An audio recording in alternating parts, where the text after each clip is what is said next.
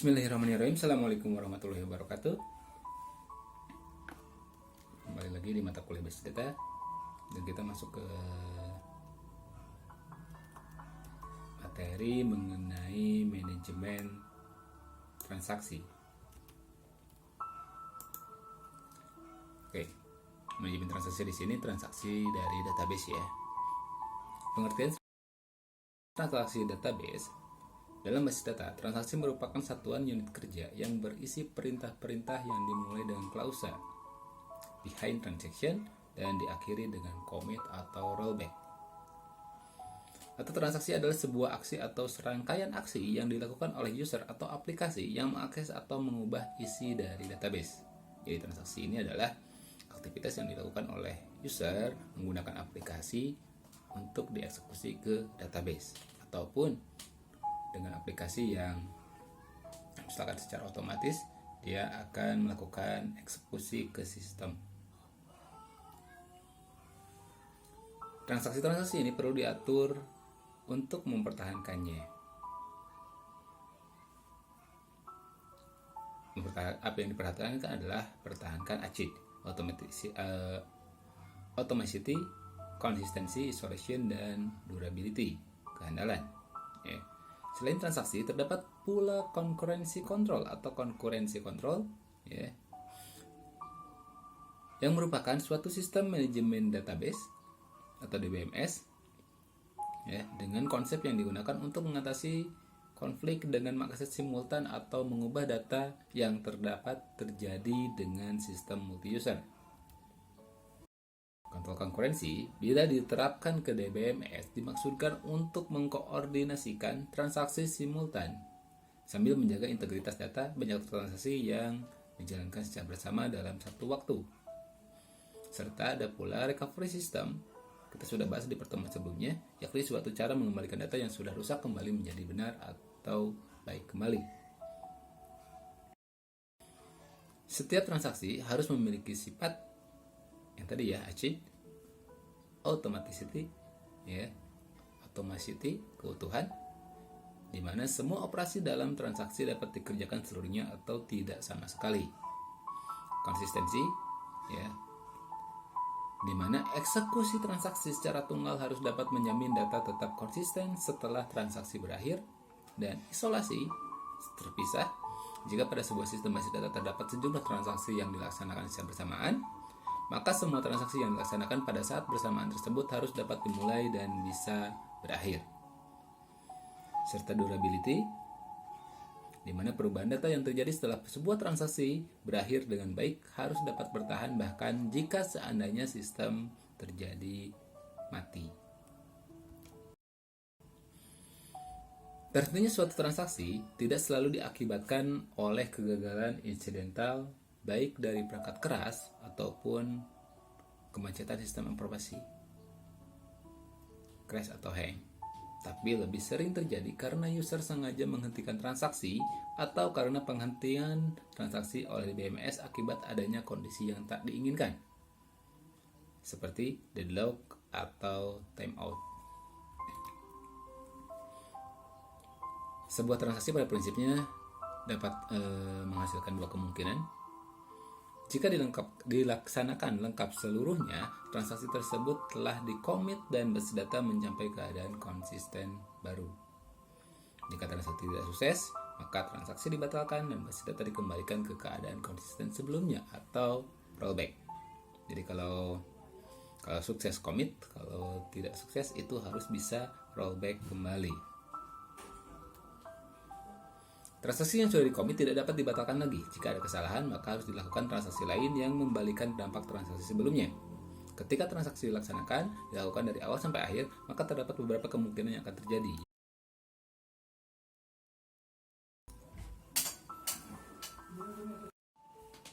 Oke, aktif.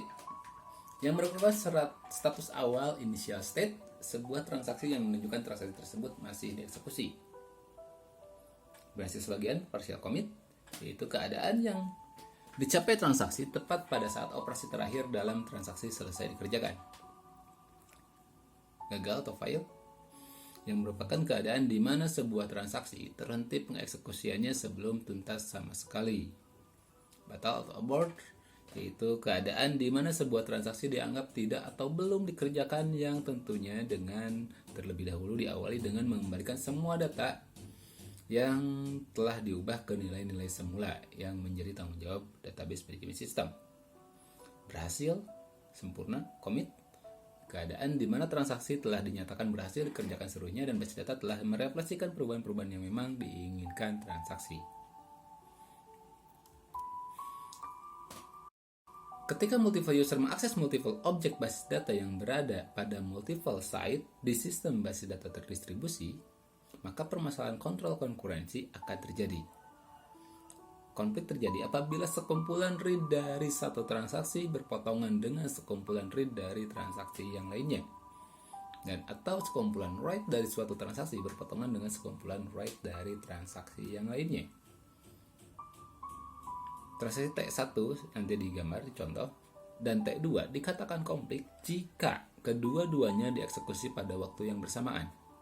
Bila T1 telah selesai sebelum T2 dikirim ke sistem, dalam kasus ini sekumpulan read dalam write saling memotong dan tidak dianggap konflik.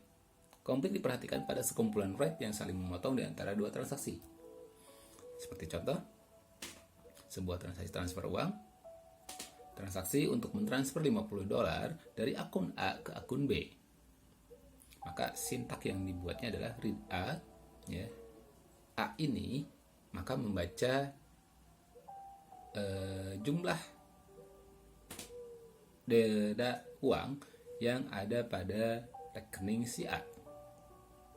Read A ini berarti membaca rekening A dengan jumlahnya A dikurangi 50. Tadi kita di atas sudah disebutkan akan mentransfer sebesar 50. Write A menyimpan 50. Jadi A awal adalah A transaksi A data uang yang ada di rekening si A, dan A kedua itu menyimpan $50 yang sudah dipotong dari rekening si A. Write A.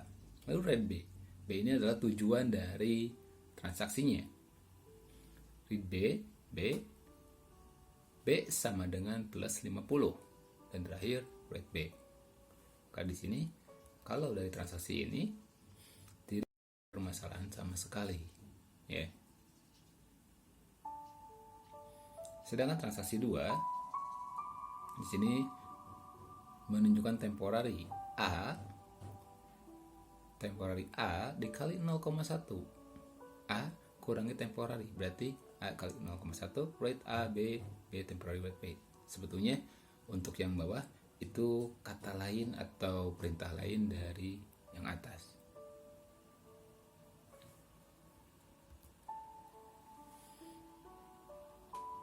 Consistency requirement, jumlah A dan B tidak berubah setelah eksekusi transaksi. Ya.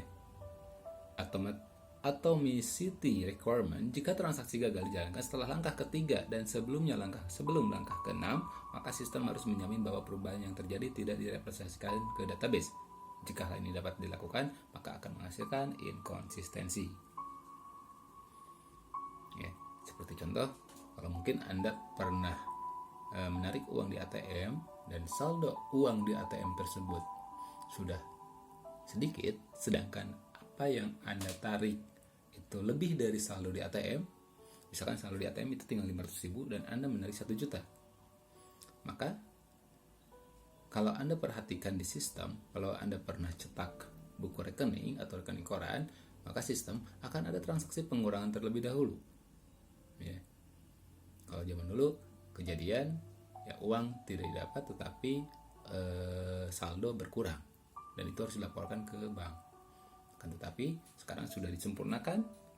Jadi ketika terjadi kegagalan penarikan uang karena saldo ATM lebih kecil dari jumlah yang ditarik, maka sistem akan menolak dan mengembalikan jumlah saldo ke awal sebelum ada penarikan.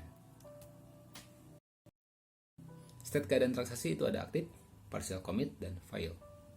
Aktif merupakan keadaan set awal transaksi berada di state ini ketika dia sedang dieksekusi.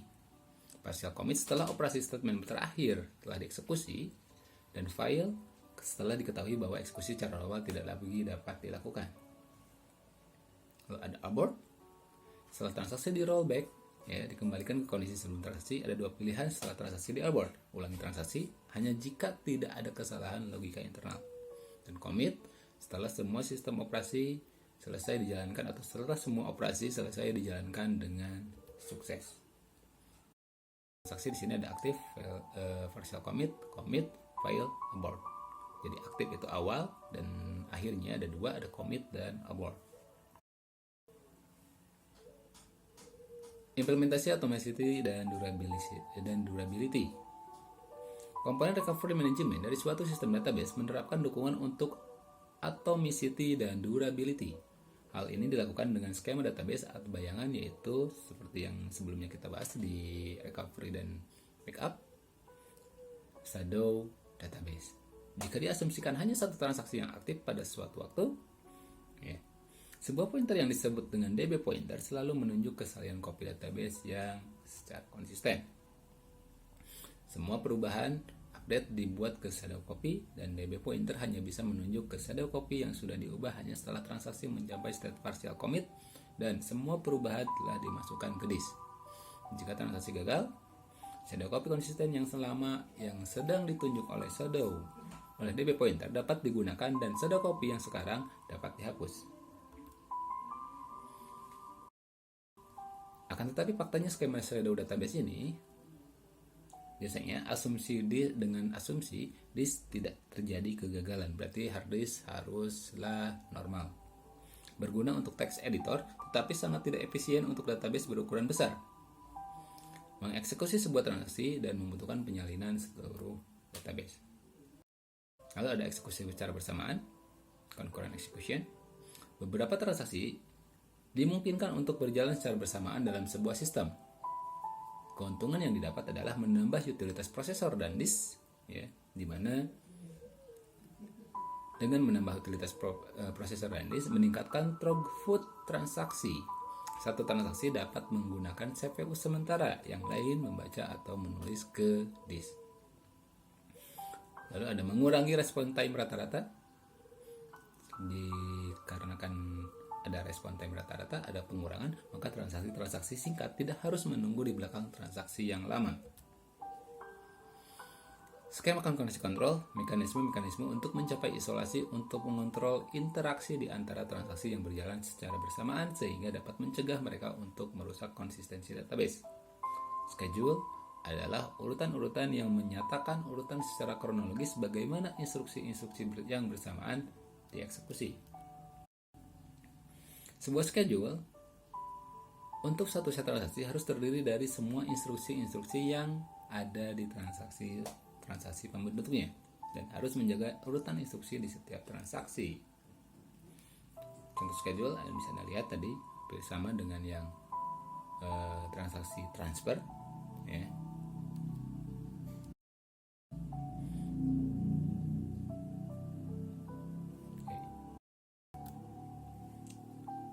Protokol transaksi. Ketika multiple user mengakses multiple objek basis data yang berada pada multiple site di sistem basis data terdistribusi, maka permasalahan kontrol konkurensi akan terjadi. Konflik terjadi apabila sekumpulan read dari satu transaksi berpotongan dengan sekumpulan read dari transaksi yang lainnya, atau sekumpulan write dari satu transaksi berpotongan dengan sekumpulan write dari transaksi yang lainnya. Seperti contoh, Anda ketika membuat sistem database dan ketika Anda mengedit misalkan biodata si A dan diedit juga biodata si A tersebut oleh orang lain, maka ini akan terjadi permasalahan, konflik, ya, mana yang akan direkam oleh sistem terlebih dahulu dan apakah kedua-duanya masuk atau salah satu gagal.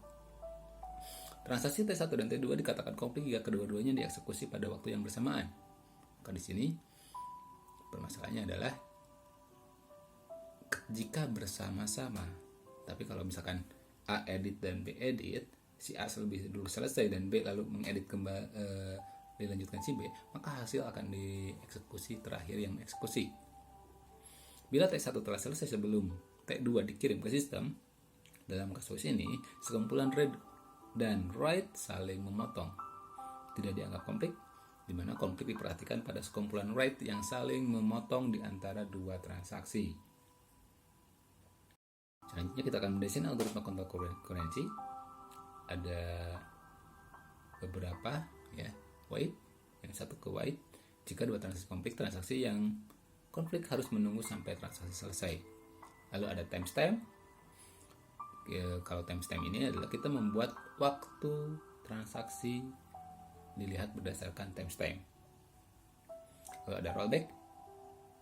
Jika dua transaksi terjadi konflik, ya, salah satu transaksinya diulang kembali pengerjaannya.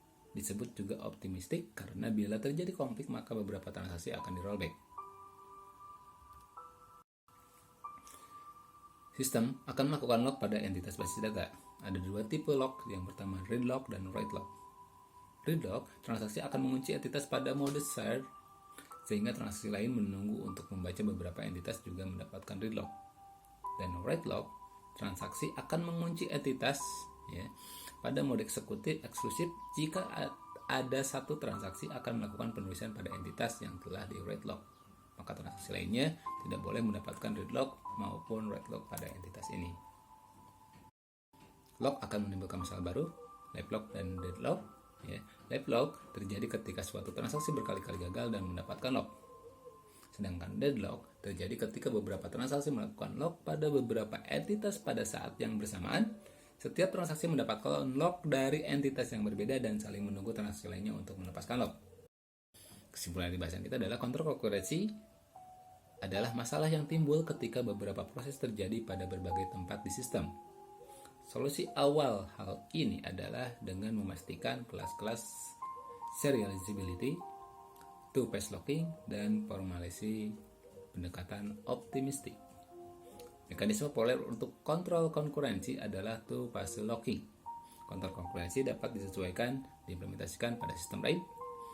Penelitian diharapkan berlanjut pada bidang semantik dari transaksi yang terutama pada sistem berorientasi objek. Pada sistem berskala besar, sangat sulit untuk memblok akses ke objek basis data untuk melakukan transaksi. Locking pada masa yang akan datang tidak akan relevan lagi pada kasus seperti ini.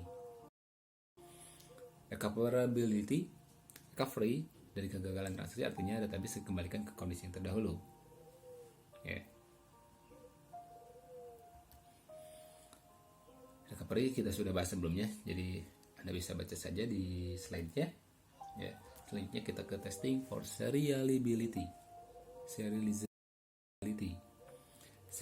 Serializability adalah level isolasi yang menyediakan isolasi transaksi yang paling ketat. Level ini mengemulasikan eksekusi transaksi secara serial, menjadikan transaksi dieksekusi satu setelah yang lainnya, seperti secara parsial, secara serial, bukan secara bersamaan. Serializable berarti jika jadwal non-serial menghasilkan hasil yang sama seperti halnya jadwal serial lainnya. Pada saat mendesain skema kontrol konkurensi, kita harus tunjukkan bahwa jadwal yang dibuat oleh skema tersebut adalah serializable. Terdapat metode simple dan efisien untuk menentukan konflik reliability dari suatu terjadi sebuah jadwal S. Kita dapat membuat sebuah grafik langsung yang diberi nama grafik presiden. Grafik presiden terdiri dari sepasang G sama dengan V, E, di mana V adalah serangkaian simpul dan E adalah serangkaian tepian.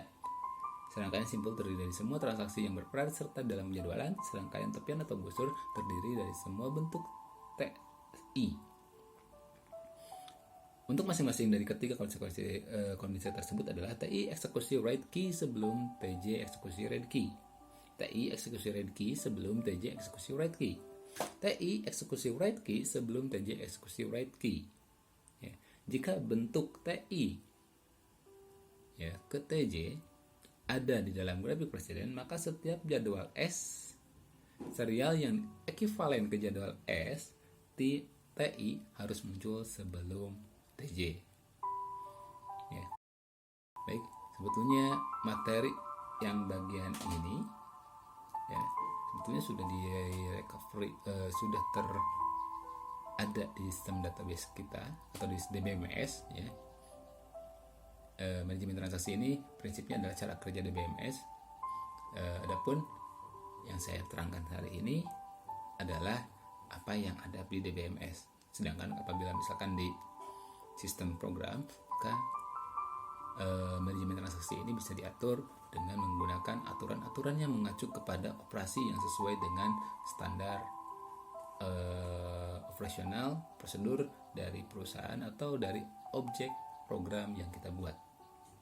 Demikian. Assalamualaikum warahmatullahi wabarakatuh.